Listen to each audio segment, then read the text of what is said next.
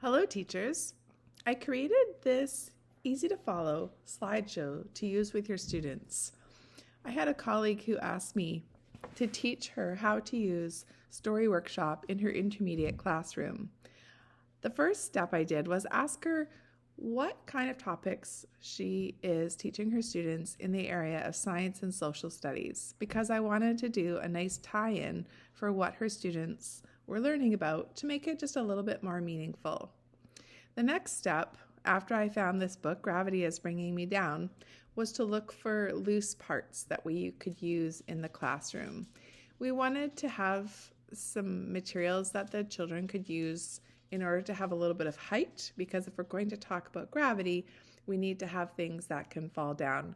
So we gathered some things like Unifix cubes, we had Lego as an option, we had popsicle sticks, we had these small little wooden stumps. You can get all kinds of wooden pieces just at your local dollar store these days. So we had those kinds of things, and then we had some of those plastic little people that you can get. We had little plastic animals. We had just plain wooden human figure-like pieces that the students could use for whatever they wanted. So essentially what we're looking for when we're choosing our loose parts is what can students use as the characters in the story, and then what loose parts do we need to have for them to build their settings. And my criteria when I first start working with students with Story Workshop is to give them a maximum number of parts that they can use. Otherwise, they will spend days building their setting, days coming up with characters, and their story will just get out of control, and they won't be able to create a story with the focus of having character setting problem solution if we're just looking at starting with a basic story. So keeping those parts in a small quantity is really good, and then making sure you have chosen materials that will be suitable so that they don't need endless amounts of pieces. So the first thing we did was we actually listened to the story Gravity is Bringing Me Down on YouTube. So it's easy, if you just search it up there, you can find the book. And then as teachers, we know everything's expensive, so it saves us a little bit of money if we can find some of our stories online. The next thing that I did was I gave them this character setting problem solution planning sheet. Now, if I'm going to do this with younger students, I wouldn't necessarily want them to write it all down, but I really wanted them to be able to focus and just sort of do some quick little notes. Now, we told them not to write out the story or not to write too many details, just some really quick things. So they actually just did a really good job with some point form notes for each of these categories, but I didn't give it to them just on their own. I went through the following slides. So the first slide was this one, where we create a character who will have a problem with gravity in the story. And then you can tell them their character can be human, animal, robot, or alien. And then tell them they can have 1 to 2 supporting characters. So you can reference back to the story that you shared with them about gravity and talk about how there was one main character in the story, and then there was a little bit of characters that were embedded in that story. So we want to keep it contained so that they can just really focus on getting the elements of the story down without sort of losing track or losing focus. Often they can get on a little bit of a tangent and gets them way too off track. So keeping it simple, keeping it small, keeping it controlled is the best way to have them start with their story workshop. The next thing we talked about is creating their story. I gave them some story place examples, like in a forest, at a beach, at home, at school, or anywhere their imagination can take them. And just remind them that they will only be allowed to use a maximum of maybe 12 pieces was the parameter that I gave them. But of course, you can decide what works for you and how much time you want them to spend building their setting. Note that this whole lesson basically will take a whole day or over several days in order to complete the whole thing. So it just depends on how much time you want to spend on it. for the next part, I had them think about ways gravity affected Lita in the story. And then I had them think of 3 ways gravity will affect their characters. So we brainstormed some ideas together and their partners. I did have them working with partners. And so that's how we did our problem part of our planning sheet.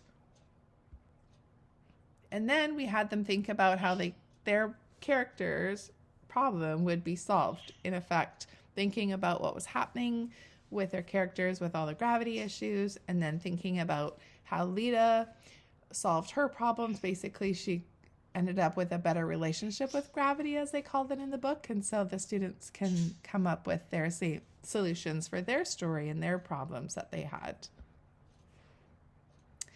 And then we had them complete their planning page, looking at that, and then choosing their loose parts, getting them to decide. Some of the students would build things like they'd build a tree and they used 8 parts, and they said, can this just count as one? And we said, no, we really wanted to limit them for their first one. So then I said to them that they could still use their imagination. So let's say that they have a little block. That block could be the house. You don't have to build the house with a whole bunch of pieces. They can just use their imagination. So we really tried to tap in to the imagination pockets in their brain.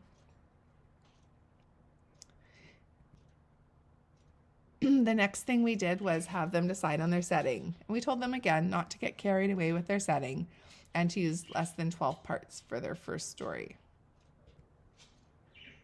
Then we had them use the loose part characters in their setting that they created to tell their story about gravity with their partner.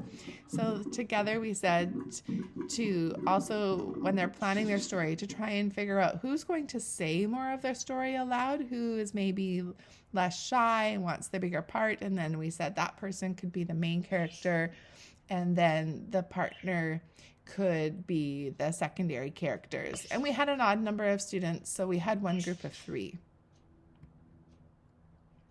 The next step after they have made their story is to practice telling it aloud several times, just in their group of 2 or possibly 3, and just practice over and over and over to sort of flesh out their ideas, make sure they know their story really well.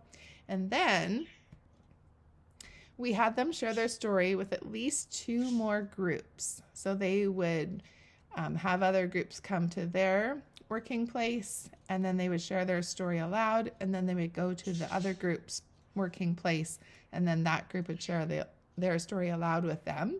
The kids who went through this quickly, we just kept saying, okay, go find another group. Maybe you need to go listen to everyone in the class's stories. And we just kept going so that they could become really confident in their story. And also sometimes it really helps them to listen to other people's stories as well.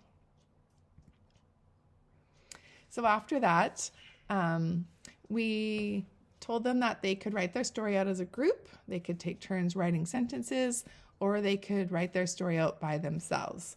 We decided to give them laptops rather than writing their story out with pencil and paper, so that they could print it out and leave spaces for their pictures.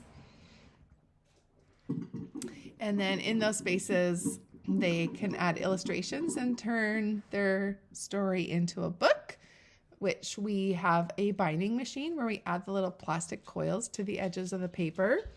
And then they can have an actual book. Their plan is to share it with their little buddy class. So the class that I did this with was grade 6, and they have little kindergarten buddies. So they can share their stories to give them a purpose, because we know that writers need a purpose. And so if we have an audience, it will just motivate them a little bit more. And then we also offered to share them with my class, who is also a primary class, which was our last little piece, was to share their books with others. And maybe those books will end up being a part of someone else's classroom. Maybe there's some newer teachers that need some more books, and then it's an authentic purpose for these students to create these books. Okay, so that's how I did my story workshop with an intermediate class. If I was going to do it with a younger class, I probably would not do that little planning paper. I would just do it as aloud. And I would also start with modeling story workshop with the whole class first. So if I'm with younger grades, we would sit in a great big circle and we would come up with our story together, and I would act out that story in front of them and just do a whole lot more modeling, more scaffolding, and then also pick a simpler picture book to start the whole thing with. Okay, so now what you can do is you can back up this video and pause it at each of the steps so that your students can see what the steps are, and then you can do it with them. If you mute my voice, then you can just read the slides aloud, add in your own little details, and then you have a simple lesson that's ready to go, and it will take up, like I said, quite a bit of time to complete the whole process. Or maybe you just want to start with the beginning steps where there is no need to write at the end. Maybe it's just going to be a completely oral activity for your class for the very first time.